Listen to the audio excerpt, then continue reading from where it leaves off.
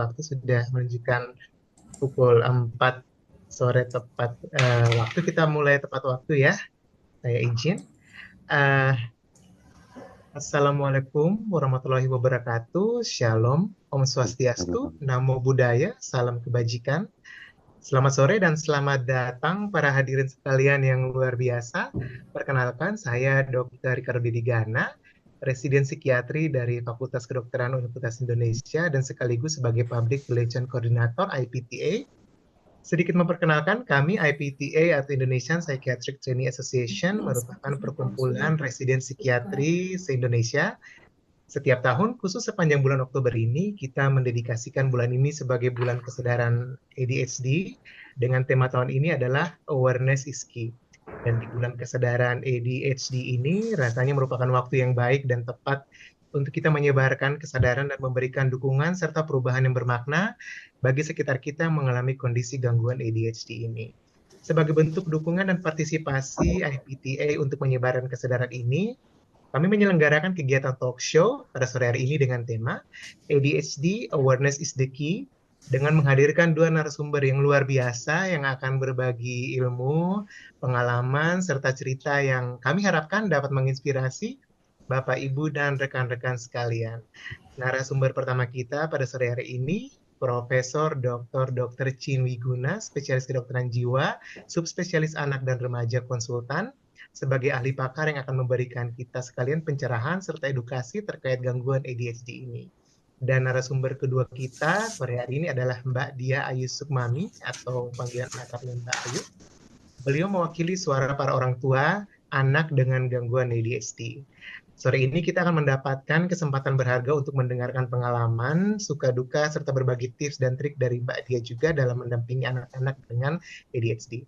Baik, sebagai pembuka untuk acara kita pada sore hari ini, kita akan bersama-sama mendengar sambutan dari Dr. Zahra Ibadina Zilmi MM, selaku Presiden of IPTA. Silakan waktu dan kesempatan saya persilakan Dr. Zahra.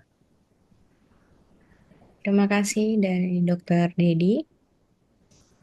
Assalamualaikum warahmatullahi wabarakatuh.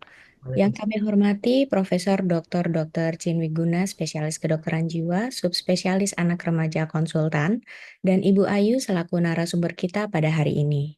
Serta advisors IPTA Dr. Leonardo Laleno, spesialis kedokteran jiwa Magister Science, dan Dr. Bianda Adeti Patriajaya, spesialis kedokteran jiwa Mars, rekan-rekan board member dan anggota IPTA, serta profesor, dokter, sejawat, Bapak, Ibu, rekan-rekan peserta talk show.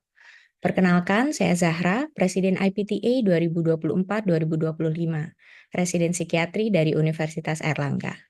Puji syukur kehadirat Tuhan Yang Maha Esa karena atas izinnya kita semua dapat berkumpul dalam acara talk show ADHD Awareness is the Key dalam rangka memperingati ADHD Awareness Month.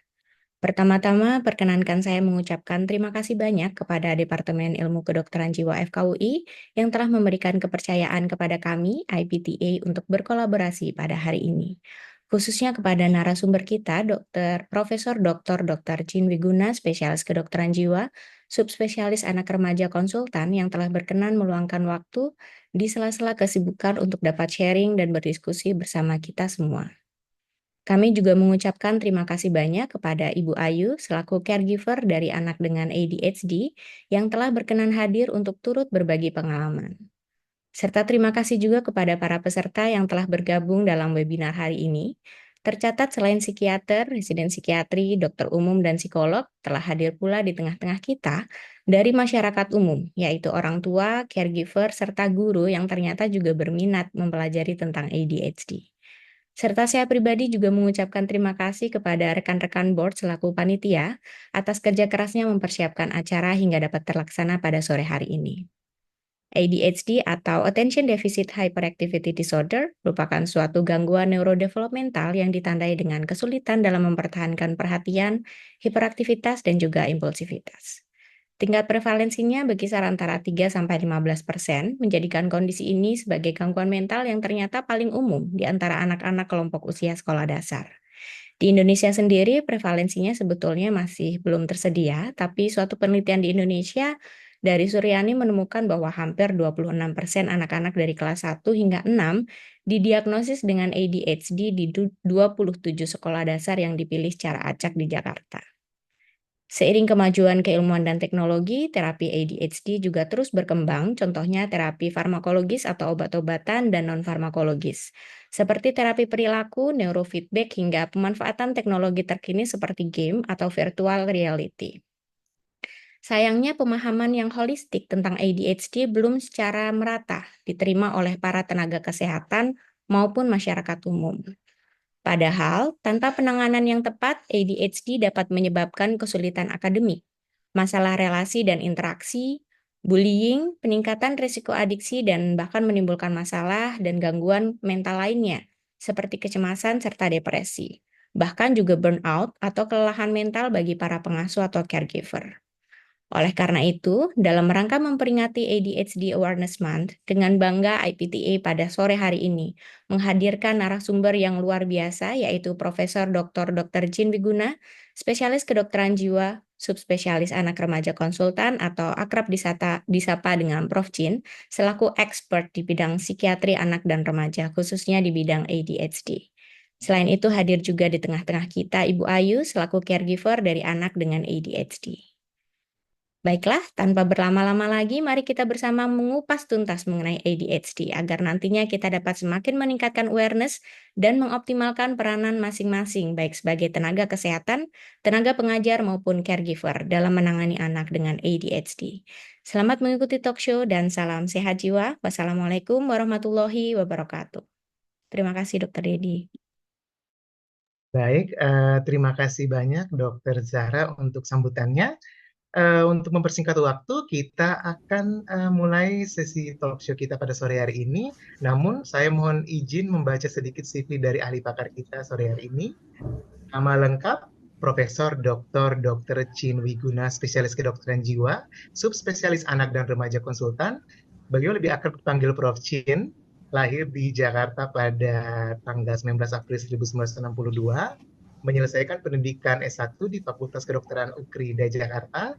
Beliau lalu melanjutkan pendidikan sebagai dokter spesialis kedokteran jiwa atau psikiater hingga meraih gelar guru besar di Fakultas Kedokteran Universitas Indonesia. Saat ini beliau aktif sebagai staf pengajar sekaligus ketua divisi psikiatri anak dan remaja di Departemen Kesehatan Jiwa RSCM FKUI. Beliau telah banyak terlibat aktif dalam penelitian dan studi di bidang psikiatri anak dan remaja, termasuk studi terkait ADHD yang kami yakin dapat memberikan kita semua banyak pencerahan terkait ADHD itu sendiri. Baik, setelah saya mengucapkan selamat sore dulu, Prof. Chin. Apa kabar, Prof. Chin? Selamat sore, Dokter Dedi. Apa kabar? Kabar baik juga sih, Dokter Dedi. Ya, Tuhan kabar Suara saya baik. jelas ya? Iya, Prof. Jelas. Kabar Clear, baik Prof. sih. Iya, saya juga menyapa Mbak Ayu sebagai perwakilan dari orang tua anak dengan ADHD. Selamat sore, Mbak Ayu. Selamat sore, Dok. Selamat Iya, sore juga, Prof. Chin. Selamat sore, Bu Ayu. Baik, kabar baik ya, Bu Ayu ya. Ya, alhamdulillah baik. Ya, baik. Kita akan memulai ya talk show kita pada sore hari ini. Mungkin pertanyaan pertama ya saya tujukan kepada Prof. Chin. Prof, ini nih banyak nih yang mungkin tidak asing sebenarnya dengan ADHD ini, Prof. Namun masih banyak sekali miskonsepsi atau stigma terkait ADHD. Mungkin Prof bisa memberikan kita sekalian apa yang sebenarnya dimaksud dengan ADHD dan kira-kira bagaimana ADHD ini bisa terjadi, Prof. Silakan, Prof. Baik, terima kasih ya Dokter Dedi. Mungkin sebelum saya mulai jawab, saya mengucapkan terima kasih dulu kali ya kepada IPTA ya, karena tentunya sudah mempopulerkan mengenai ADHD ini melalui talk show pada sore hari ini. Terima kasih sekali ya. Jadinya memang kalau kita membicarakan ADHD sebenarnya tadi udah disebut-sebut sih sama Dokter Zahra ya, yaitu Attention Deficit Hyperactivity Disorders. Kalau kita mengindonesiakan menjadi gangguan pemusatan perhatian, kita garis miring gangguan hiperaktivitas atau kita singkat jadi GPPH. Atau mungkin seringkali kita sebut juga adalah gangguan hiperaktif sih atau hiperaktivitas sih sebenarnya ya. Kalau disebut apa, tadi sepintas juga udah dikatakan sih, ini merupakan neurodevelopmental disorders sih. Pada dasarnya merupakan suatu gangguan perkembangan sih sebenarnya ya. Perkembangan dari ya pastinya dari otak sih ya, karena bicara tentang neurodevelopmental. Di mana pada anak-anak dengan GPPH atau ADHD ini tentunya kemampuan kontrol diri mereka tidak berkembang dengan optimal sebenarnya ya. Oleh karena ya tadi kita bicara bahwa ada salah satu zat di dalam otak, bukan satu sih, mungkin beberapa zat kimiawi di otak yang tidak seimbang sehingga membuat anak-anak ini kehilangan kemampuan untuk kontrol dirinya sih sebenarnya ya. Kalau bicara kontrol diri mungkin berkaitan dengan kontrol daripada fungsi eksekutif misalnya ya. Di dalam fungsi eksekutif itu kan termasuk kontrol diri, kontrol emosi, termasuk juga memori kerja. Nah itu sebenarnya merupakan simptom utama sih pada anak dengan ADHD atau GPPH ini, di mana mereka nggak mampu untuk mengontrol dirinya, akibatnya perilakunya jadi hiperaktif impulsif, lalu juga jadi inatensi ya. Mereka nggak bisa untuk memusatkan perhatian ketika guru mengajar. Ketika anak-anak lain mampu, mereka mengalami kesulitan. Ketika anak-anak lain duduk di dalam kelas, mungkin mereka jalan-jalan karena mereka mungkin tertarik pada satu atau dua hal yang ada di dalam teman-temannya atau di depan kelas misalnya. Jadi mereka jalan ke sana, jalan ke sini gitu ya. Atau mungkin hiperaktif itu bisa berwujud dalam bentuk impulsif ya. Kalau jawab terus misalnya, nggak memperhatikan orang lain juga jawab. Atau kalau lagi ngantri, misalnya salah satu dari orang tua pasien saya yang datang ke saya lalu bilang anaknya itu kalau orang teman-temannya ngantri minta tanda tangan dari gurunya lagi nunjukin hasil kerjanya, kalau dia motong-motong aja, nggak peduli orang ngantri udah panjang, dia langsung maju ke depan nyelak misalnya, sehingga dikeluhkan oleh teman-temannya misalnya. Gejala-gejala inatensi lain yang dokter Dedi tanyakan, misalnya mereka nggak ingat apa yang harus dikerjakan, ya seringkali jadi petunjuknya masuk kiri keluar kanan misalnya, jadi nanyanya bolak-balik. Atau ketika ada tugas yang harus dicatat, agenda misalnya udah ditulis di papan, mereka justru lupa mencatat tapi asik dengan hal-hal yang lain gitu. Jadi banyak sih dokter Dedi untuk ADHD ini, tapi pada dasarnya semuanya kembali sih, yaitu kemampuan mereka untuk mengontrol atau mengendalikan diri mereka yang tidak optimal dibandingkan dengan anak-anak seusianya. Satu hal yang saya mau tekankan juga sih, jadi sering juga orang tua nanya, bukannya anak-anak memang aktif ya dok di umur-umur seperti itu ya, semua anak juga aktif, mana ada sih anak yang duduk diem aja gitu. Bener sih, saya juga bilang sama orang tua sih. Namun untuk anak-anak yang hiperaktif menjadi spesifik banget sih dokter Dedi dan juga Ibu Ayu sih ya, di mana mereka tentunya frekuensi daripada aktivitas mereka jadi lebih tinggi ya. Yang seringkali saya katakan kepada orang tua adalah anak mereka jadinya hiperaktif itu kalau mereka aktif tapi aktifnya destruktif. Aktif destruktif yang kayak gimana sih? Aktif destruktif itu aktif yang lebih cenderung nggak menghasilkan sesuatu, aktif yang lebih cenderung mengganggu sebenarnya, atau aktif yang justru tidak membuat mereka belajar, tapi justru aktif yang membuat mereka jadi nggak belajar gitu loh. Dan pastinya karena disebut sebagai gangguan, kalau kita melihat gangguan neurodevelopmental ini masuknya ke dalam diagnostic and statistical manual for mental disorders. Jadi termasuk juga salah satu gangguan mental ini pastinya juga ada hendayanya dan juga adanya penderitaan buat anak itu sendiri. Hendayanya apa? Mungkin belajarnya jadi susah, atau pemanfaatan waktu senggangan jadi terganggu, atau justru bisa juga relasi sosial mereka yang terganggu. Dan pastinya sebenarnya kalau boleh jujur, jangan-jangan kalau anak-anak ini bisa ngomong, pasti mereka ngomong, saya ini susah banget loh, mau diem kagak bisa diem sebenarnya. Bukan berarti saya mau jalan dan aktif terus. Gitu kali dokter Dedi. Iya, baik Prof. Ini belum 10 menit nih, kita udah banyak sekali nih Prof dapat pencerahan ya kan terkait dengan gejala dan juga kayaknya tadi Prof juga sudah menyebut tanda-tanda awal gitu ya Prof yang Betul. perlu kita sadari ya, jadi aktif tapi yang destruktif gitu Prof. Nah kira-kira Prof untuk faktor risikonya dari ADHD ini sendiri kira-kira apa saja ya Prof ya? Faktor resikonya sebenarnya banyak banget sih ya kalau kita bilang ya. Karena kalau kita mengatakan penyebab sampai sekarang kita belum bisa menentukan penyebab yang pasti ya. Penyebab yang pastinya belum kita ketahui juga sebenarnya ya, tapi faktor resikonya pasti meliputi faktor yang kita sebut sebagai faktor epigenetik kali ya Dokter Dedi dan juga Ibu Ayu ya. Epigenetik berarti ada faktor genetik yang dipengaruhi oleh lingkungan sebenarnya, di mana ekspresi genetiknya dipengaruhi oleh lingkungan sebenarnya. Lingkungan banyak sekali sih sebenarnya ya. Lingkungan itu kan termasuk yang mulai dari apa namanya mesosistem, kemudian dari lingkungan keluarga atau ekosistem yang lebih luas misalnya ya.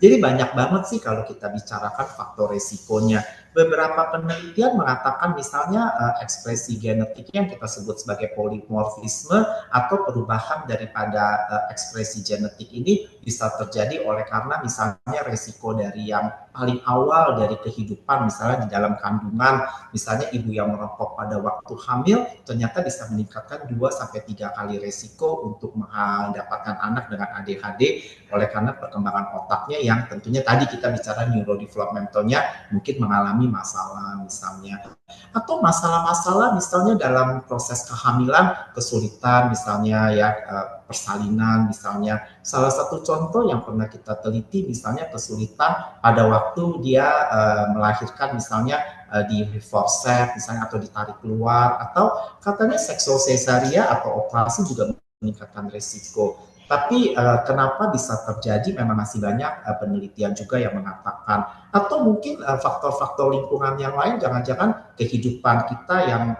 memang lingkungan udara yang buruk, mungkin juga bisa berdampak ya dengan nilai pelumbu yang tinggi, katanya juga bisa berdampak terhadap perkembangan otak itu sendiri.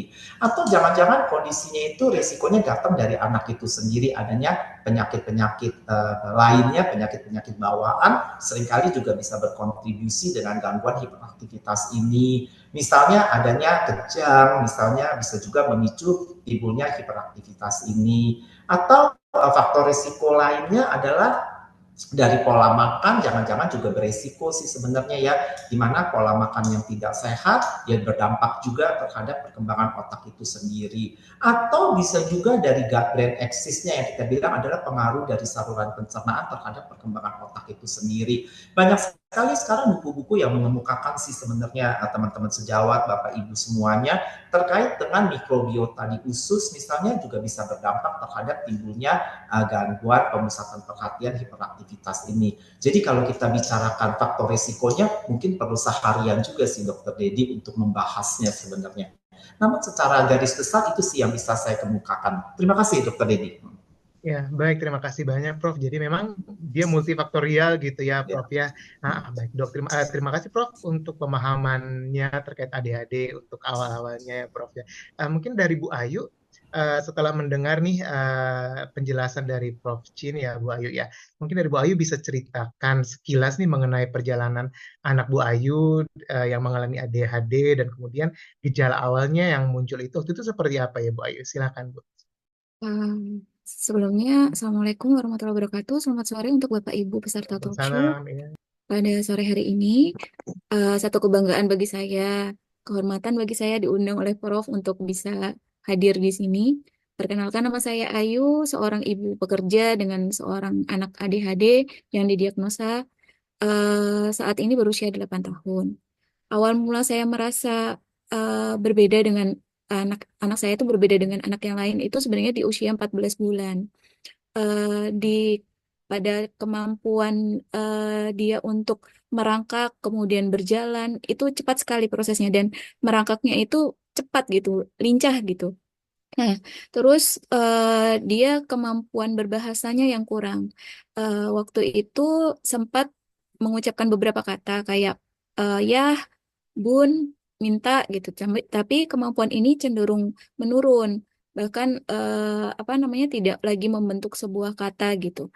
Dan cenderung untuk menunjuk untuk membutuhkan suatu barang. Terus saya berinisiatif karena kami berada di Kota Bontang, sebuah kota kecil di Kalimantan Timur, yang di sana tidak ada dokter spesialis tumbuh kembang, apalagi psikiatri anak, maka saya bawalah ke DSA setempat. Di DSA hanya didiagnosa sebagai speech delay saja tanpa terapi. Tapi sebagai orang tua, feeling orang tua bahwa anak ini berbeda itu masih kuat di diri saya. Saya berkonsultasi ke 3 DSA yang berbeda, dan 1 DSA ini kemudian memberikan saya rekomendasi untuk terapi bicara, dan merekomendasikan ternyata saat itu ada psikiatri anak yang datang ke tempat kami setiap 6 bulan. Sambil menunggu psikiatri anak, waktu itu anak saya di usia 18 bulan, maka saya terapikan bicara. Setelah itu konsultasi dengan psikiatri anak. Saat psikiatri anak konsultasi dengan psikiatri anak, saat itu masih didiagnosa sebagai speech delay, dan direkomendasikan untuk sekolah supaya berkumpul dengan teman-teman sebayanya. Eh, dan diberi sebuah suplemen untuk si adik ini. Kemudian saya terapikan bicara, saya sekolahkan di usia 18 bulan itu. Saya konsultasi dengan gurunya bagaimana perkembangan dia di sekolah. Ternyata benar, dia kurang fokus, kemudian aktif, namun masih bisa terkontrol saat itu. Tidak sampai di situ, saya kemudian masih merasa belum puas.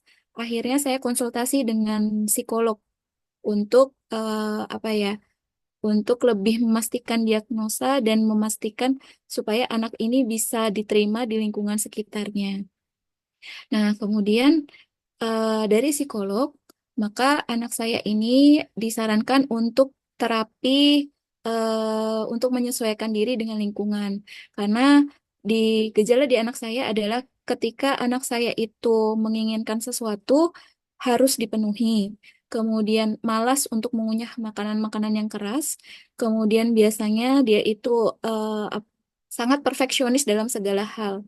Bahkan kalau misalnya ada mainan Lego atau apa yang hilang, itu harus ketemu dulu. Tidak mau mengantri, harus menjadi nomor satu di segala hal. Kemudian mungkin aktifnya dibilang orang sekitar masih dibilang aktifnya anak-anak gitu ya. Tapi menurut saya itu sesuatu karena dia tidak takut akan bahaya gitu di anak usianya.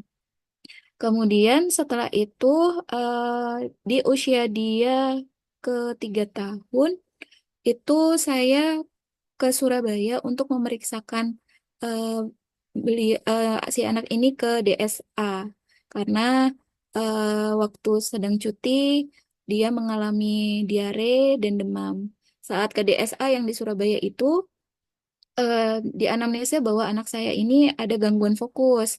Maka saat itu dikonsultasikan ke DSA tumbuh kembang. Namun saat itu mungkin karena faktor dia lagi sakit, tidak muncul gejala aktifnya, maka lagi-lagi diagnosa yang saya dapat adalah speech delay dan harus kontrol kembali. Setelah harusnya jadwal kontrol, karena kami di luar kota dan agak jauh untuk kontrol, terjadilah pandemi COVID dan itu masa sulit bagi saya karena sekolah harus via online, kemudian tidak dibolehkan lagi untuk terapi bicara bahkan terapi psikolognya. Eh, Sangat terlihat fokusnya mudah teralihkan, kemudian untuk pelajaran yang dia senangi dia sangat intens, tapi untuk pelajaran yang tidak dia senangi maka dia akan meninggalkan pelajaran itu. Menurut saya itu mengganggu proses belajarnya dia. Kemudian setelah pandemi, saat dia mulai boleh untuk sekolah, kondisi itu mulai berangsur berubah. Eh, Komunikasinya sudah mulai bagus, kemudian sudah mulai bisa bicara beberapa kata, menyusun kalimat, dan sudah mulai bisa sedikit untuk bercerita. Kemudian eh, saat dia di umur eh, 4 tahun, saat pandemi sudah selesai dan diperbolehkan untuk keluar kota, kemudian saya kembali untuk me- meng- apa namanya mengontrolkan anak saya ke DSA eh, di Surabaya itu, dan dia didiagnosa sebagai ADHD. Nah, kemudian dia mendapatkan terapi itu di tahun 2003. Itu yang berarti pertama kali ya Mbak Ayu ya yang terdiagnosis itu ya Mbak Iya, ya. mendapatkan Hmm, terapi itu terdiagnosis di saat dia kelas 1 SD, eh di di di DSA tumbuh kembang gitu. Dok. oke, iya baik. Terima kasih banyak ya Bu Ayu untuk cerita perjalanan diagnosisnya anaknya Bu Ayu ya. Ya. Jadi mungkin ini juga pertanyaan kita semua nih, Prof. Chin. Kira-kira untuk kapan sih seorang anak itu didiagnosis ADHD gitu, Prof? Mohon pencerahannya, Prof. Sebenarnya kalau kita melihat lebih jauh diagnosa ADHD, mungkin sekarang juga ada yang namanya istilahnya preschool ADHD sih sebenarnya ya.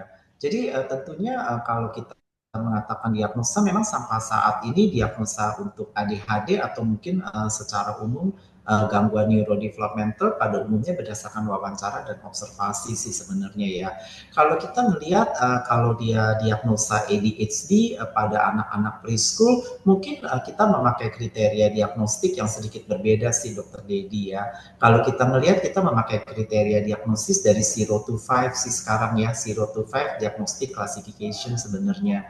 Jadi kalau kita menggunakan diagnosis 0 to 5 ada satu kondisi yang namanya overactivity disorder sih sebenarnya yang merupakan cikal bakal untuk ADHD. Gejalanya mirip sih dengan gejala ADHD, tapi kebutuhan kriterianya tidak sebanyak itu sih sebenarnya. Jadi pada dasarnya kalau kita melihat ya sebenarnya diagnosa ADHD bisa didiagnosa sejak preschool sih ya 3 tahun gitu ya, atau mungkin kalau gejala-gejalanya obvious banget jangan-jangan lebih muda bisa juga terdiagnosis. Tapi ya itu kita perlu hati-hati banget juga ya. Kalau dia masih di bawah 3 tahun, tentunya kita mungkin bisa melihat juga apakah ada gejala-gejala yang lain sih. Seringkali gejala-gejala pada anak-anak yang masih muda seperti ini tidak spesifik sih ya. Kalau 3 tahun ke atas mungkin ya tadi dengan 0 to 5 mereka bisa mendiagnosa namanya overactivity disorder sih. Oke, Dok. Namun umumnya gejala-gejala yang paling jelas itu bisa muncul mungkin atau bisa kelihatan itu mungkin SD kali ya. SD kelas 1 itu mungkin udah kelihatan juga. Dan puncak-puncaknya kalau kita melihat dari beberapa penelitian dan juga mungkin dari pengalaman pribadi saya, mungkin kelas 3, kelas 4 itu udah menjadi struggling banget sih buat anak kalau memang dia benar-benar ADHD, dia akan mengalami kesulitan sih. Oleh karena di kelas-kelas itu tentunya jam pelajarannya udah bertambah panjang, kemampuan kemampuan berpikir abstraknya juga udah dituntut lebih banyak, sehingga anak-anak ADHD seringkali keteteran sih, sehingga itu yang sering mereka dibawa maksudnya ke kita untuk berkonsultasi sih Dokter Dedi. Ya, baik, Prof. Jadi kalau dari ADHD itu sendiri sebenarnya Hmm. adakah kayak klasifikasi tingkat keparahan dan kira-kira perlu nggak ada pemeriksaan khusus gitu, Prof, untuk kita penegakan ADHD selain instrumen-instrumen yang tadi Prof sudah jelaskan? Sebenarnya yang kalau kita melihat ADHD itu tentunya nggak ada klasifikasi tingkat keparahan sih ya. Namun beberapa perpustakaan mengatakan sih kalau memang gejala kan kita tahu bahwa kalau kita diagnosis ADHD kita kan pakai kriteria diagnostik apakah pakai PPDGJ 3 atau ICD-10 yang kita pakai sekarang. PPDGJ itu artinya pedoman penggolongan gangguan jiwa yang ketiga, itu asal dari ICD-10 atau International Classification of Diseases yang ke-10 atau pakai DSM yang tadi saya sebutkan yang kelima. Kalau kriteria diagnostiknya makin banyak dipenuhi, dikatakan mereka makin berat. Tapi nggak semata-mata dari simptom gejalanya juga sih Dokter Dedi, tapi kita melihat juga dari fungsi anak itu sehari-hari. Kalau memang fungsinya dia sehari-hari udah terganggu dan terganggunya itu membuat dia tidak bisa produktif lagi atau membuat dia mengalami permasalahan relasi dengan sekitarnya bertambah berat, saya rasa itu tentunya kita katakan juga udah lebih parah kali ya dibandingkan tentunya kalau misalnya gejalanya itu kriteria diagnosis terpenuhi memang minimal misalnya kalau di SM5 itu 6 misalnya ya terpenuhi tetapi hanya 6 aja dibandingin yang 9, mungkin yang 9 jadi lebih parah. Jadi kita lebih concern atau mungkin ya terpenuhi gejalanya hanya 6 aja minimal 6 itu tapi fungsinya dia ternyata terganggu, dia sama sekali nggak bisa belajar, ulangannya jelek terus, berarti tentunya dia udah membutuhkan penanganan juga sih. Tapi severity levelnya itu nggak ada juga sih ya yang menyatakan secara explicitly. Dan untuk memastikan severity level, kadang-kadang kita juga bisa menggunakan beberapa kuesioner juga sih Dokter Dedi yang diisi oleh orang tua misalnya, sehingga tentunya beberapa kuesioner misalnya yang sering kita pakai, misalnya kita punya yang Conners Rating Scale misalnya, kalau tentunya nilainya semakin tinggi mungkin kita bisa menganggap oh ini kayaknya lebih parah ya, tapi dari simptom ya tentunya kita juga lihat lagi dari fungsinya juga sih semata-mata, jadi nggak bisa hanya dari keparahan itu dari gejala aja sih. Kayaknya gitu kali ya. Iya, baik, Prof. Dan untuk kira-kira, Prof, kan ini bukan sesuatu yang ini ya, Prof, ya, bukan sesuatu yang mudah untuk didiagnosis. Nah, ketika sudah ada diagnosisnya, kira-kira untuk terapinya itu sendiri secara keseluruhan seperti apa, Prof, kalau untuk kasus-kasus ADHD, Prof? Iya, tadi juga ada pertanyaan Dokter Dedi, ada gak sih pemeriksaan lain gitu sih sebenarnya yang belum saya jawab juga, saya jadi terlupa atau saya tiba-tiba ingat lagi. Sebenarnya kalau kita melihat untuk ADHD sampai saat ini memang diagnosa semata-matanya dari wawancara dan observasi sih sebenarnya ya. Kalau kita melihat biomarker sampai sekarang ini belum ada yang spesifik juga untuk ADHD. Pemeriksaan genetik yang saya sebut tadi epigenetik dan sebagainya belum ada yang spesifik juga. Jadi memang kadang-kadang sulit juga ya. Nah oleh karena itu di beberapa belahan dunia misalnya kayak di Korea, ya di Amerika Serikat dan termasuk kita sih di divisi psikiatri anak dan remaja ini FKUI RSCM Departemen Psikiatri kita juga mengembangkan VR sih sebenarnya ya, virtual reality diagnostic tools sebenarnya ya. Karena kita di Korea juga dan ya termasuk di kita juga kita menggunakan VR atau virtual reality ini dengan tujuan untuk menciptakan lingkungan virtual sih sebenarnya ya, immerse kita bilangnya, agar anak itu seolah-olah berada di dalam ruangan kelas atau seolah-olah berada di suatu tempat, lalu kita melihat bagaimana sih mereka menjalankan tugasnya kalau mereka diberi aktivitas misalnya. Apa yang kita kembangkan di Jakarta di divisi kita itu adalah kita mengembangkan settingnya adalah VR-nya setting kelas. Jadi kita minta nanti anak mengikuti instruksi, baik instruksi itu datang dari visual maupun instruksi itu datang dari auditory atau pendengaran atau penglihatan, lalu mereka harus menjalankan beberapa tugas tertentu yang mirip-mirip dengan situasi kelas yang pada umumnya dijalani oleh anak. Kira-kira bagaimana ya perilaku mereka ya? Mereka bisa gak sih kontrol diri mereka? Mereka bisa ingat gak sih apa yang diminta? Mereka cenderung impulsif gak sih? Jadi kita berusaha untuk merating perilaku mereka berdasarkan VR tersebut. Mudah-mudahan itu bisa menjadi satu masukan yang cukup subjektif kali yang bisa diketahui oleh orang tua juga. Namun saat ini yaitu sayangnya untuk pemeriksaan laboratorium dan kawan-kawannya itu atau pencitraan misalnya bisa gak dilihat, orang tua sering kali tanya juga sama saya, udah dok MRI aja ya. Wah saya bilang kalau MRI nggak kelihatan apa-apa juga sih sebenarnya, karena MRI kan melihat struktur otak ya. Mungkin kita bisa juga kalau mau melihat fungsinya, kita bisa melihat misalnya MRS, magnetic resonance spectroscopy, boleh juga sih kalau mau dilakukan. Tetapi ya tentunya biayanya menjadi mahal gitu misalnya. Ya, jadi gitu sih Dokter Dedi, yang memang itu masih challenging banget sih buat kita saat ini untuk bisa mendapatkan suatu pemeriksaan yang benar-benar directly untuk melihat perilaku seseorang sih menurut saya. Makasih. Ya, baik Prof. Terima kasih Prof. Jadi memang ada modalitas menggunakan teknologi juga gitu ya Prof ya, seperti VR gitu dalam terapinya. Kalau mungkin ada terapi obat atau terapi non farmakologis gitu Prof, dan kira-kira kalau di terapi seperti itu butuh waktunya berapa lama? Dan ini pertanyaan utama nih Prof, apa bisa sembuh gitu adik-adik Prof? Silakan Ini Prof. ini pertanyaan yang menarik banget sih ya Dokter Dedi ya, karena tadi ya kembali lagi sebenarnya untuk terapi anak dengan ADHD kita sih selalu menggunakan guidelines ya. Misalnya kita paling gampang kita melihat standarnya atau patokannya kita dari misalnya MTA atau multimodal treatment approach. Jadi sebenarnya kalau kita melihat dari guideline-nya di mana-mana, terapi ADHD nggak semata-mata obat juga sih Dokter Dedi sebenarnya ya. Karena tadi kan kita bicaranya itu kan selain simptom, fungsi, dan juga kita mau meningkatkan quality of life mereka. Jadi tentu pendekatannya dari berbagai aspek sih. Sebagaimana juga kalau kita melihat penyebabnya belum diketahui dengan pasti, resikonya banyak, pasti tercakup faktor biopsikososial. Jadi terapinya pendekatannya juga pasti biologik dan psikososial sebenarnya ya. Kalau pendekatan biologik, nah itu Dokter Dedi udah ngomong tadi, tentunya menggunakan obat sih sebenarnya ya. Banyak juga sih riset yang mengatakan sebenarnya problemnya pada salah satu sel otak sih yang kita sebut sebagai dopamin transporter tuh. Itu seperti pompa sebenarnya ya yang bisa menyerap kembali dopamin sehingga dopamin di otaknya kurang. Itu yang terjadi katanya pada anak ADHD secara singkatnya. Dan obat bekerja pada si pompa ini agar pompanya tidak menjadi lebih aktif tapi bisa bekerja secara reguler aja.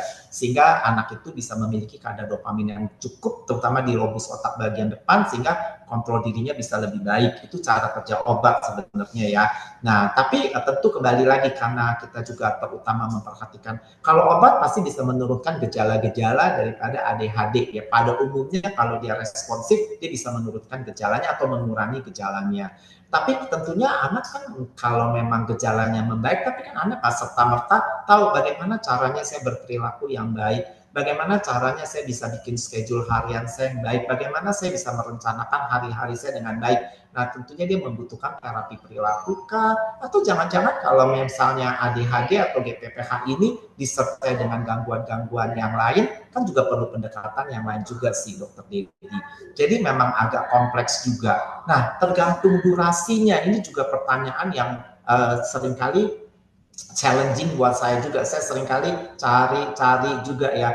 Dan karena kembali lagi ketika saya baca, selalu mereka mengatakan karena ini adalah neurodevelopmental disorders. Jadi kan terkait dengan perkembangan. Selama perkembangannya itu belum tercapai, ya tentunya dia membutuhkan obat. Tapi kalau dia udah perkembangannya udah tercapai, dia udah mampu mengontrol dirinya sendiri, ya dia tidak membutuhkan obat sih sebenarnya ya. Dalam penelitian yang saya lakukan, saya melihat anak-anak yang, atau bukan penelitian yang saya lakukan, dalam pengamatan saya lebih tepat ya, dan juga apa yang sudah ada di jurnal-jurnal, pada umumnya mendekati usia-usia remaja dikatakan gejala hiperaktif impulsif pada umumnya sih berkurang atau bahkan menghilang sih sebenarnya ya. Dan sisanya yang sering kali menetap adalah gejala inatensi sih sebenarnya Dokter Dedi. Jadi ya itu memang kita kudu sabar juga ya.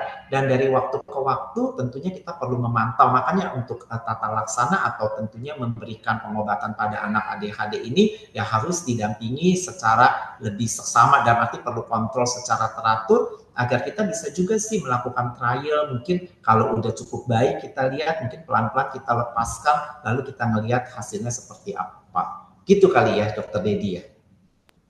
Ya baik Prof. Dan yang itu Prof, Ya. kalau yang terkait kemungkinan sembuhnya seperti apa Prof? Kalau untuk ADHD Prof? Susah juga sih ya kalau kita bilang sembuh atau tidak sembuh sih sebenarnya. Jadi kita jarang juga sih saya menggunakan istilah sembuh atau tidak sembuh sebenarnya ya. Soalnya kalau kita bicara dia sembuh, apakah kita bicara bilang dia cured atau apa sih? Kalau ada sembuh nanti bisa relapse sebenarnya ya. Jadi kan yang sembuh bisa kambuh kan artinya kan.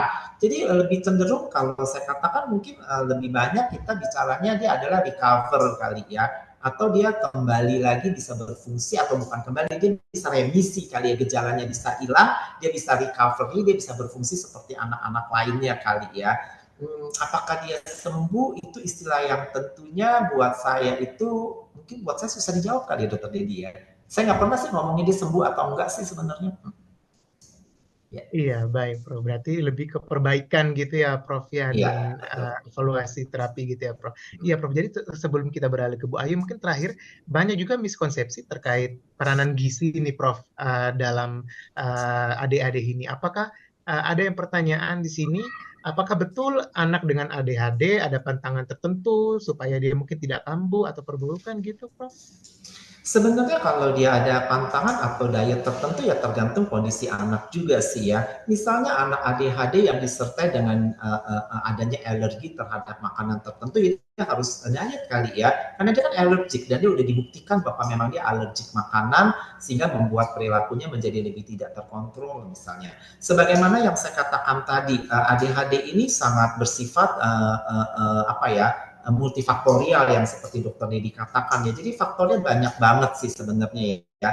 Tapi apakah makanan semata-mata yang menimbulkan ADHD juga masih menjadikan pertanyaan sih sebenarnya. Jadi kalau menurut saya kalau memang ada sesuatu kondisi fisik yang memang yang udah pasti jelas, misalnya alergi terhadap makanan, atau memang ada malabsorption daripada pencernaan dia, atau memang ada toleransi terhadap makanan tertentu yang nggak bisa baik, ya tentunya harus diet sih sebenarnya. Namun ada beberapa buku juga sih yang menyatakan tentang sugar rush pada anak ADHD. Nah, oleh karena itu katanya dengan peningkatan gula darah yang tiba-tiba meninggi oleh karena makanan-makanan yang berkarbohidrat tinggi yang dikonsumsi, sehingga bisa membuat anak ini lebih cenderung menjadi lebih aktif, menjadi lebih impulsif, menjadi lebih talkative. Kalau memang itu yang diobservasi oleh orang tua, ya boleh aja sih dia membatasi konsum makanan-makanan yang berkarbohidrat tinggi. Tapi kan kita makanan utamanya sebagai orang Indonesia, makanan pokok kita adalah nasi. Jadi mungkin nasi ya tetap aja boleh diberikan. Kadang-kadang orang tua nanya juga sama saya, boleh makan nasi nggak ya? Waduh, kalau nggak makan nasi nanti mau diganti apa ya? Anaknya suka kentang ya boleh juga sih sebenarnya, atau suka jagung boleh juga sih.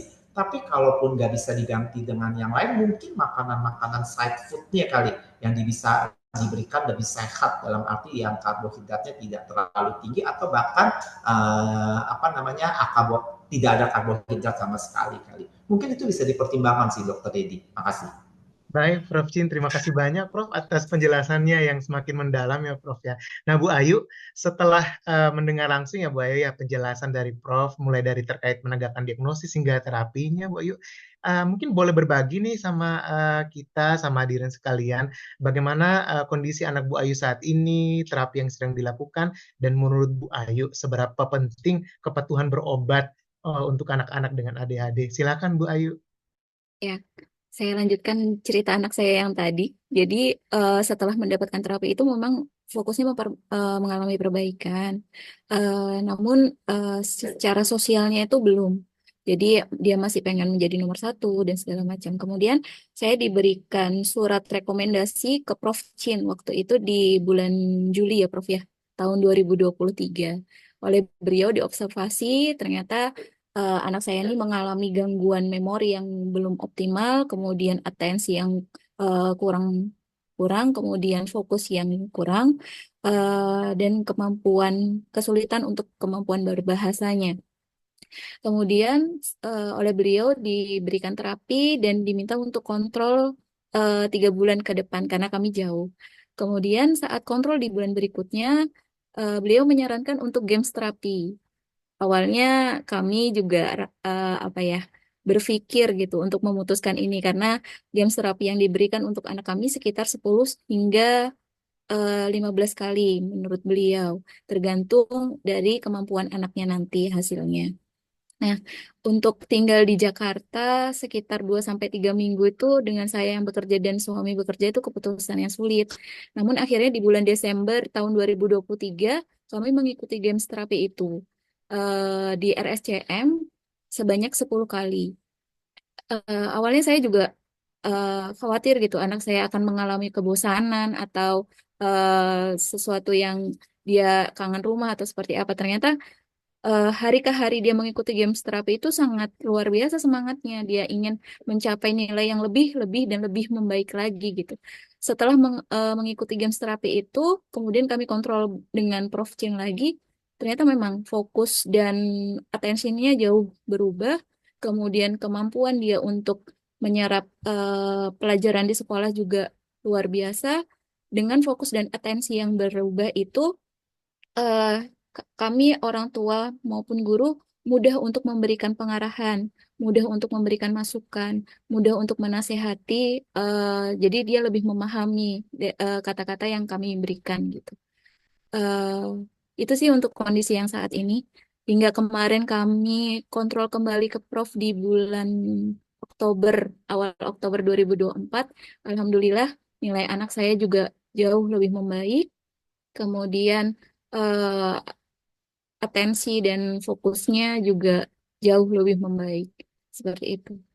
Kalau untuk kepatuhan berobat ke dokter, menurut saya itu penting karena dengan kita kontrol rutin ke dokter, maka akan lebih mudah untuk dokter melakukan evaluasi, kemudian apa saja yang harus melakukan intervensi, apa saja yang eh, harus dilakukan gitu kan, melihat dengan gejala-gejala yang nampak.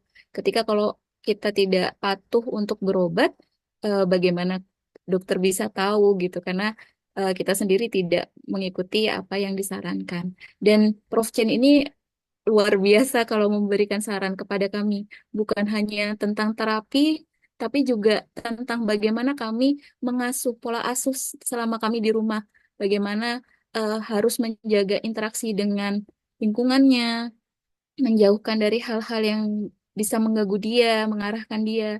Jadi itu yang kami ikuti. Makasih ya, Prof. Iya, ini perjalanan panjang ya, Bu Ayu. Ya, nggak mudah nih dari Bontang, Kalimantan sampai ke Jakarta, sampai kita bisa mendengar sendiri nih banyak perbaikan yang sudah dialami oleh anaknya Bu Ayu. Nah, kalau dari Bu Ayu sendiri, eh, pengalaman apa nih kira-kira hambatan, kendala, atau tantangan selama mendampingi proses terapi anaknya, dan juga kira-kira ada apa yang bisa dilakukan nih orang tua seperti Bu Ayu untuk memberikan support dan dukungan terhadap anak-anak ini, Bu Ayu. Silakan Bu Ayu. Hambatannya eh, itu tadi karena kurangnya fokus dan atensi, maka apapun yang kita berikan kadang-kadang itu tidak dia mengerti gitu, sulit untuk dia pahami. Terus hambatan lagi saya adalah seorang pekerja yang tidak bisa mengasuh dia selama 24 jam dan dia di rumah bersama ibu saya dengan pola asuh yang berbeda, maka itu juga menyulitkan bagi saya sebagai orang tua. Mungkin saya bisa menerapkan A, B, C tidak boleh, tapi mungkin orang tua saya melihat itu kasihan ke anaknya, jadi itu juga menjadi hambatan buat saya. Kemudian jarak kami yang jauh, jadi sulit kami untuk konsultasi rutin dengan psikiatri, dengan DSA Tumbang gitu. Jadi itu sih hambatan-hambatan yang selama ini saya rasakan. Seperti itu, Dok. Baik, Bu Ayu. Jadi kira-kira kalau kalau sebagai orang tua sendiri, kira-kira support yang bisa diberikan atau mungkin yang memotivasi Bu Ayu hingga saat ini bertahan dalam mendukung anaknya seperti apa, Bu Ayu? Hmm. Saya melihat anak saya ini istimewa, bukan dari kekurangannya. Jadi mencoba untuk kekurangan-kekurangan ini meluruskan menjadikan dia menjadi istimewa gitu. Jadi mengeluarkan dia dari kekurangan-kekurangan ini supaya dia bisa berinteraksi dengan sosialnya, paling tidak kemampuan untuk beradaptasinya, kemudian fokusnya, atensinya kepada lingkungan yang membuat dia bisa menjadi lebih mandiri. Seperti itu. Baik, terima kasih banyak nih Bu Ayu untuk sharingnya yang luar biasa ya. Kami semua banyak mendapatkan tips dan trik dan juga mengenal lebih baik lagi nih terkait pendampingan orang tua. Nah, Prof. Chin, menurut Prof, nih, kira-kira sepenting apa peran komunitas dalam mendukung anak-anak dengan ADHD, dan kira-kira apa saja yang perlu diperhatikan sebagai orang tua, guru, atau lingkungan sekitar dalam mendampingi anak dengan ADHD, Prof. Silakan, Prof. Baik, mungkin sebelum saya jawab, aduh saya terima kasih banget sama Bu Ayu ya, tapi nggak ada pesan sponsor apa-apa loh ya. Saya ngajak Bu Ayu, saya nggak tahu kalau Bu Ayu mau ngomong hal-hal seperti itu, jadi Enggak dong. itu di luar saya sama Saya sekali. terima kasih banyak, Prof. Saya Perubahannya jadi luar malu banget biasa. nih, baik, nggak apa-apa Bu. Baik, jadi balik lagi ya, jadi membicarakan peran komunitas nih, peran komunitas memang kalau menurut saya peran komunitas ini penting banget sih ya sebenarnya ya, karena kayak hari ini kan kita tahu bahwa ADHD Awareness Month bukan hanya pada ADHD Awareness Month saja, kita mau membuat masyarakat atau komunitas menyadari mengenai hal-hal seperti ini. Karena kita tahu juga bahwa ADHD itu sebenarnya ada ya di tengah-tengah kita ya. Tadi udah sempat dikatakan juga berapa banyak sih ADHD. Kita kalau survei dari waktu ke waktu untuk masalah gangguan hiperaktivitas atau gangguan pemusatan perhatian ini cukup tinggi sih angka prevalensinya. Namun seringkali justru mungkin komunitas menganggap bahwa ini anak ya wajar kalau anak nakal, apalagi anak laki wajar kalau aktif. Nah, seringkali gitu kan kalau memang nggak disadari sejak dini, tentunya yang bisa menyadari siapa udah pasti orang tua yang pasti ya kan bersama-sama dengan anak setiap hari atau guru kali ya karena guru juga bersama-sama anak setiap hari. Nah, jadi kalau mereka nggak memahami mengenai kondisi ini, lalu khawatirnya nanti mereka dianggap buruk, misalnya mereka dianggap nakal. Kita seringkali survei juga sih ya, saya sendiri bukan kita, saya sendiri udah beberapa kali survei dengan orang tua mengenai apa sih pemahaman mereka, ya apa sih pengetahuan mereka. Ternyata dalam survei yang kita lakukan pemahamannya masih kurang, dan yang paling kita khawatirkan kalau pemahamannya kurang maka sikap mereka juga kurang gitu loh ya. Guru jadi banyak stigma atau memojokkan karena dianggap anak nakal, anak bodoh dan sebagainya, padahal mungkin anak ini memiliki potensi yang baik. Nah, oleh karena itu awareness seperti ini atau pemahaman terkait dengan ADHD atau GPPH ini saya rasa layak sih untuk dari waktu ke waktu kita sebarkan, dari waktu ke waktu kita tingkatkan agar anak-anak yang memiliki kondisi seperti ini tentunya bisa dideteksi sedini mungkin, bisa dibantu sedini mungkin. Kalau nggak mau pakai obat, mungkin kita bisa bantu juga dengan terobosan-terobosan lain, misalnya kalau memang memungkinkan. Jadi itu sih yang kita harapkan sih, Dokter Dedi sih ya.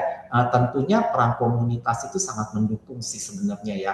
Kalaupun tidak buat anaknya sendiri, mungkin buat tetangganya, buat keluarganya, atau buat siapapun kalau mereka udah paham, mereka kita harapkan bisa berbagi sih, Dokter Dedi. Ya, baik, Prof. Memang sangat menarik ya, Prof. Ya, dan penting banget nih ketika kita bicara terkait peranan support system di komunitas untuk anak-anak dengan ADHD. Nah, kalau dari Bu Ayu sendiri nih, dalam pengalaman Bu Ayu gitu, kira-kira ada tidak tips apa yang perlu diperhatikan oleh orang tua atau pelaku rawat siapa saja ya Bu ya, dalam mungkin dalam memilih sekolah atau mengkondisikan lingkungan sosial agar lebih kondusif untuk anak-anak dengan ADHD ini bisa berinteraksi dengan baik dan berkembang serta bertumbuh. Bu Ayu, mungkin ada tips? Jadi di perjalanan anak saya itu memang dia dianggap aneh oleh teman-teman di sebayanya. Tapi dari saya biarkan dia untuk bermain di playground atau apa. Jadi ketika dia dianggap aneh oleh teman-teman seusianya, paling tidak dia bisa berteman dengan anak-anak di bawah usianya gitu. Kemudian untuk pemilihan sekolah, sebelum saya sekolahkan SD, saya berkonsultasi dulu dengan psikolog untuk mengetahui perkembangan dari anak saya ini seperti apa gitu. Kemudian hasil dari psikolog ini saya bawa ke sekolah yang akan saya daftarkan. Kemudian saya komunikasikan dari awal tentang kondisi anak saya. Setiap perpindahan kelas pun saya selalu melakukan komunikasi yang sama. Dan saya mengkomunikasikan segala keburukan yang dia lakukan, perilaku-perilaku yang mungkin akan terjadi di kelas, dan setiap 2 minggu hingga 1 bulan sekali, biasanya saya minta tolong gurunya untuk memberitahu saya perihal perkembangan anak saya di sekolah. Apakah ada hal-hal yang mengganggu atau ada hal-hal yang mungkin bisa saya lakukan di rumah sebagai bahan evaluasi untuk perkembangan anak saya. Untuk pemilihan sekolah, kebetulan anak saya ini bersekolah di sekolah umum biasa, sekolah eh, bukan sekolah khusus, sekolah umum biasa.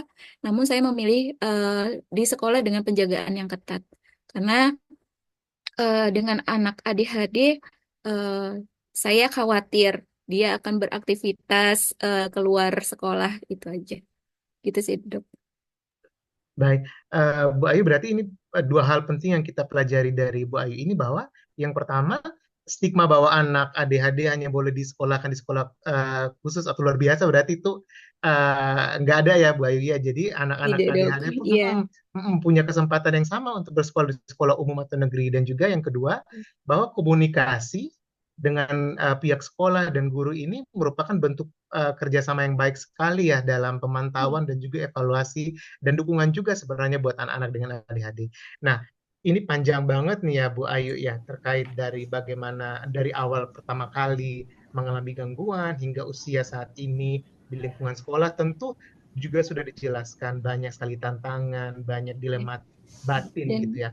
Kira-kira ya, dalam Dok. perjalanan ini, apakah pernah mungkin muncul satu kondisi kelelahan mental atau keluhan psikologis lain dalam perjalanan Bu Ayu mendampingi anak dengan gangguan ADHD?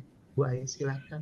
Saya tambahkan sedikit, eh, support saya untuk anak saya karena dia mengalami ADHD adalah saya eh, apa namanya mendeteksi apa saja pelajaran yang dia suka di sekolah, maka saya berikan dia les tambahan, dan saya juga mengidentifikasi pelajaran apa yang dia kesulitan di sekolah, saya leskan untuk private di rumah. Jadi eh, supaya banyak berinteraksi dengan orang lain, itu akan membangun kepercayaan dirinya menurut saya. Kemudian eh, apa hambatan buat saya ya, kelelahan mental ya pasti kadang-kadang manusia ya, Dok, kadang merasa eh, capek gitu. Apalagi saat belum diketahui bahwa anak ini ADHD gitu. Ini ini sebenarnya sakit apa, ini sebenarnya bagaimana, apakah bisa diterapi atau tidak, itu kekhawatiran itu pasti selalu muncul. Kecemasan itu selalu muncul karena saya juga orang tua. Namun, apalagi saat didiagnosa ADHD gitu ya, sebagai orang awam, mungkin bagi saya, wah itu sakit yang tidak bisa sembuh, akan mempengaruhi perilaku dia hingga dewasa, seperti itu. Akhirnya saya sering-sering berkonsultasi dengan DSA karena yang ada di sana hanya DSA, sering-sering searching apa namanya karena kalau saya melihat dari internet itu nanti akan banyak bahasa-bahasa yang malah membingungkan saya, malah saya justru datang ke profesionalnya saja gitu. Nah, itu yang membuat saya lebih eh, apa ya, lebih lebih bisa mengontrol hati saya lagi gitu.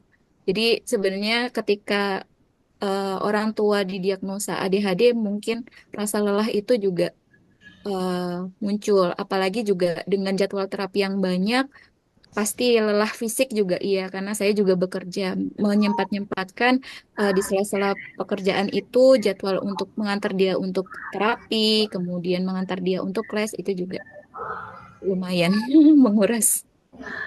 Iya. Kalau dari Bu Ayu sendiri, kira-kira ada tips agar tetap semangat dan uh, untuk tetap selalu menjaga kesehatan mental selama mendampingi anaknya, Bu Ayu, untuk kita Ya, sekalian?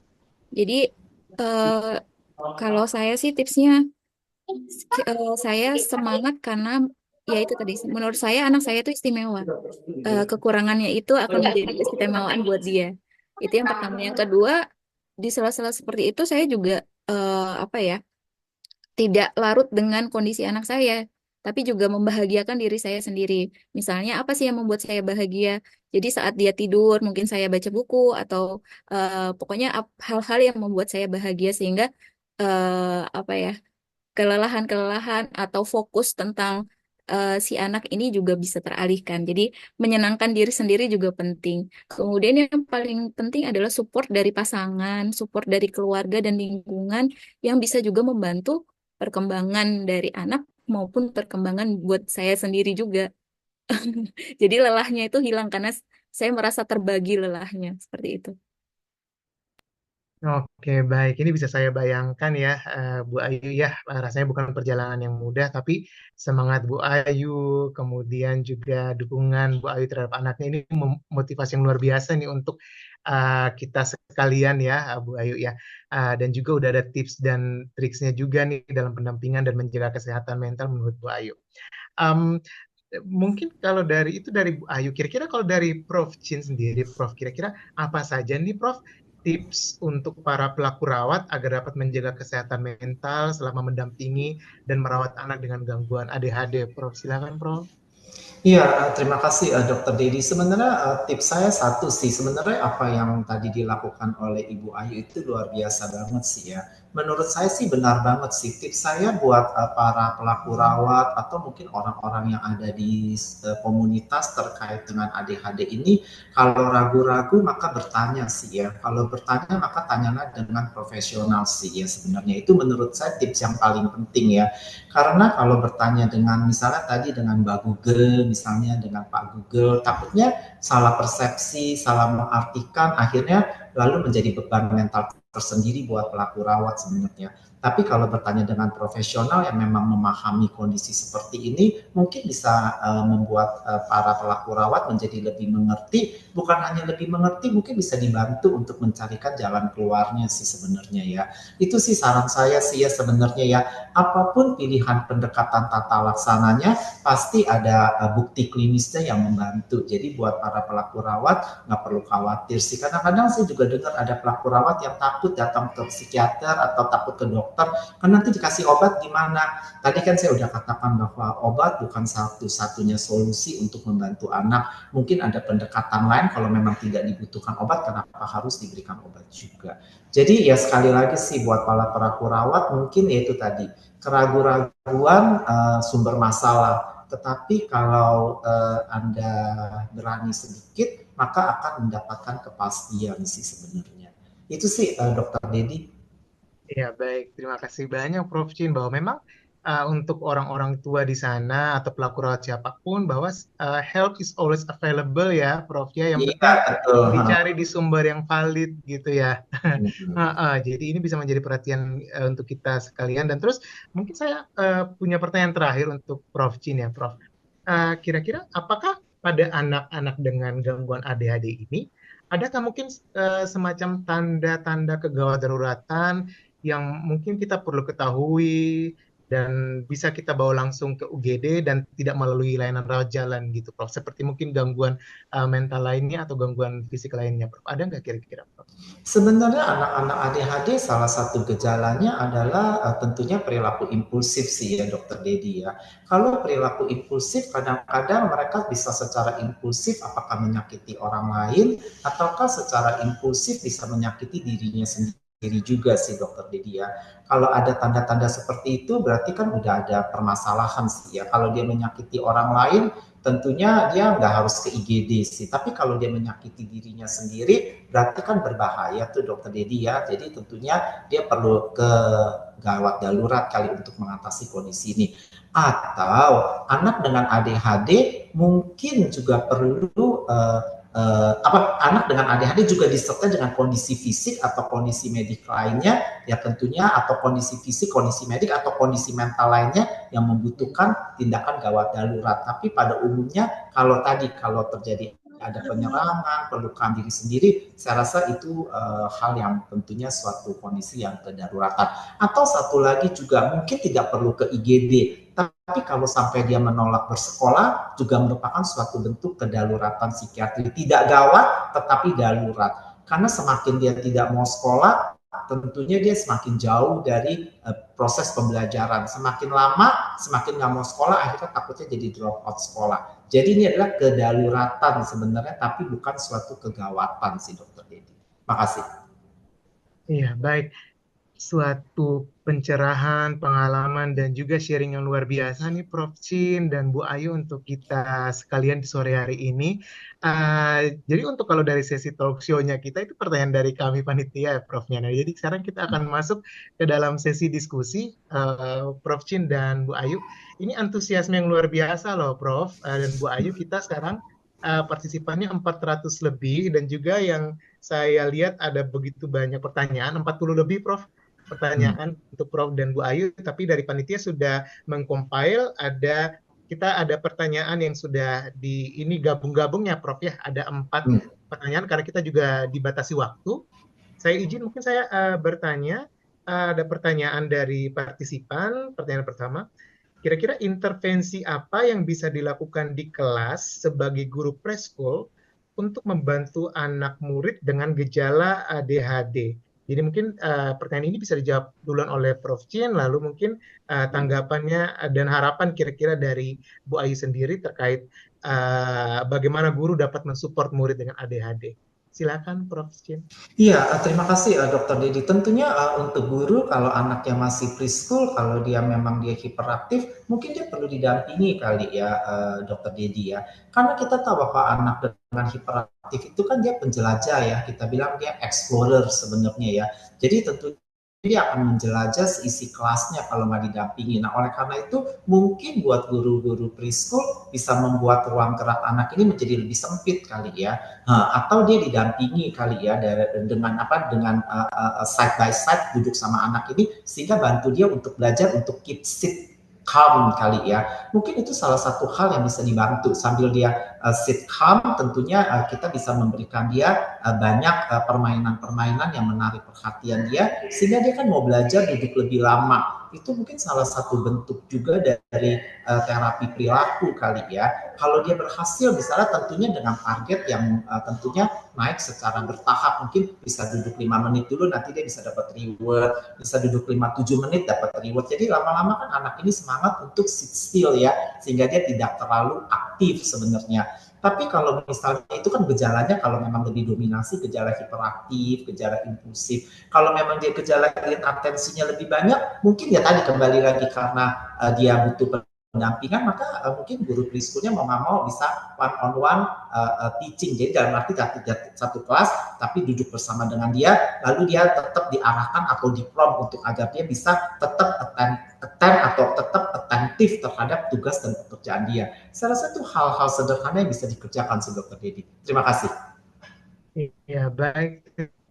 Terima kasih banyak Prof. Chin untuk jawabannya.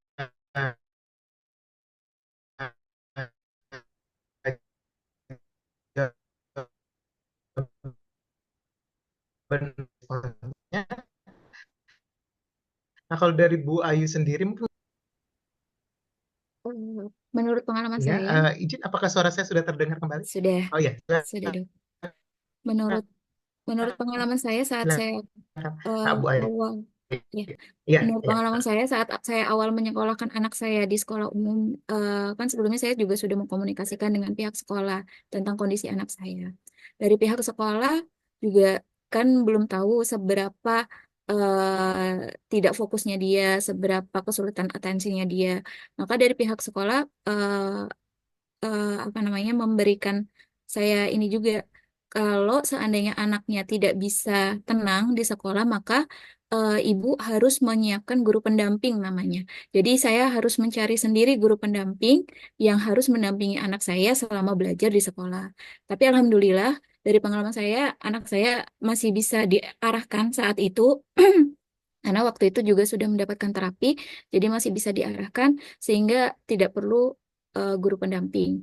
Tapi ada teman anak saya yang juga bersekolah yang sama, di angkatan yang sama, memerlukan guru pendamping dan ikut belajar selama pelajaran di sekolah untuk mendampingi anaknya supaya tidak mengganggu teman yang lain juga. Begitu. Oke, baik. Terima kasih banyak untuk responnya, Prof. Jin dan Bu Ayu. Kemudian kita berlanjut pada pertanyaan dari partisipan yang kedua. Untuk Prof. Jin, kira-kira pendekatan untuk anak-anak ADHD yang mungkin dalam kondisi berontak atau kondisi marah, kira-kira sebaiknya seperti apa, Prof?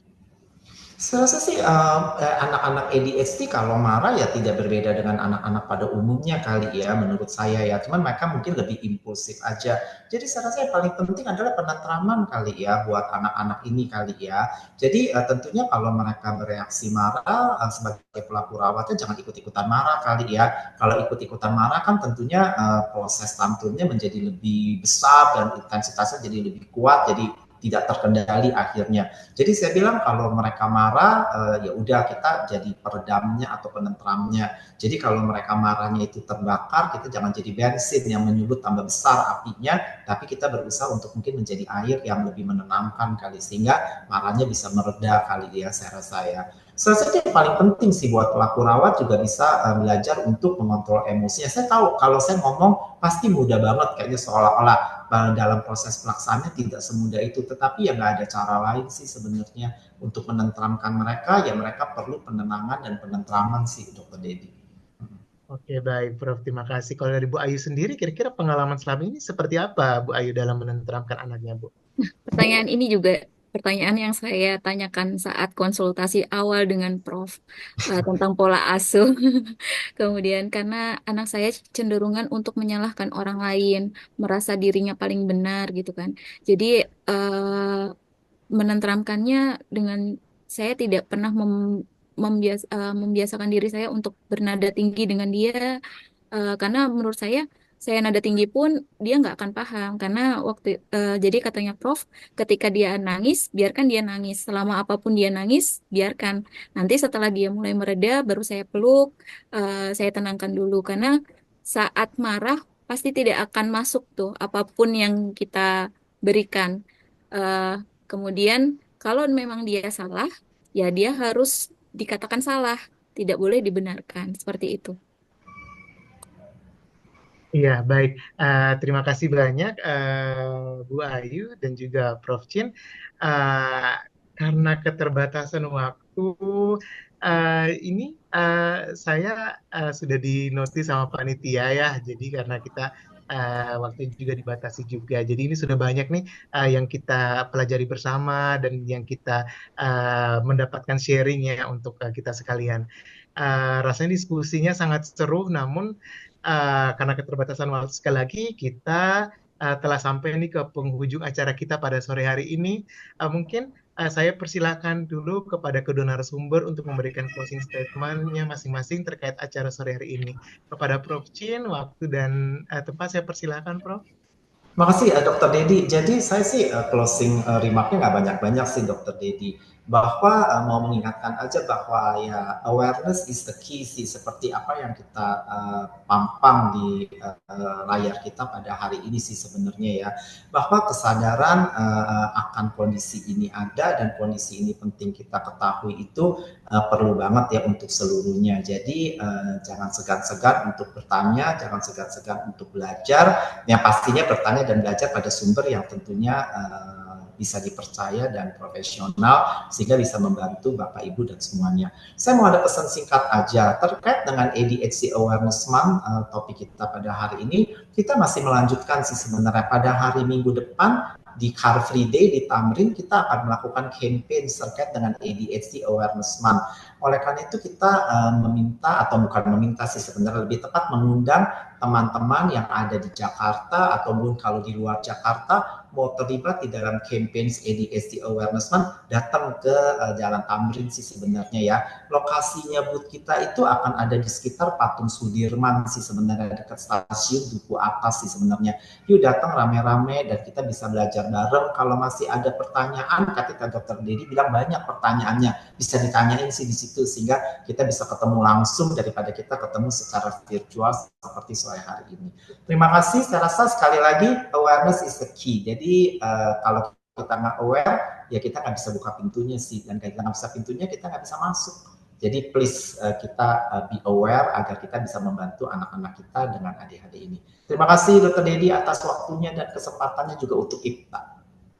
Iya, terima kasih banyak, Prof. Jadi ini undangan untuk kita semua ya, teman-teman. Nanti tanggal 27 Oktober nanti ada Car Free Day di Jalan Tamrin ya, Prof. Ya, mulai jam 6 pagi. Ada banyak nanti kegiatan-kegiatan yang kita lakukan, bisa kita lakukan bareng di sana. Nah, kalau dari Bu Ayu sendiri, silakan saya berikan waktu dan kesempatan untuk memberikan closing statement-nya, Bu Ayu. Sebenarnya ketika anak didiagnosa ADHD, maka jangan pernah takut, malu, ataupun putus asa, karena mereka istimewa. Itu aja.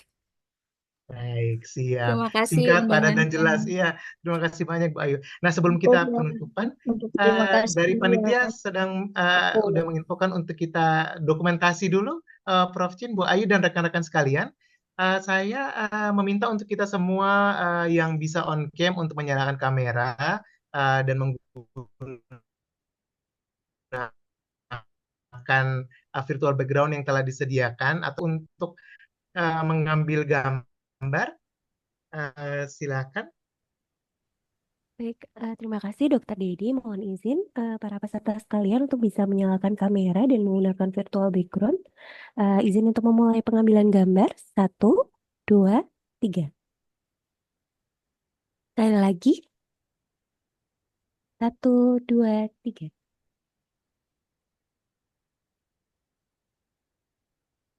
Baik, sudah. Terima kasih. Saya kembalikan kepada Dokter Dedi.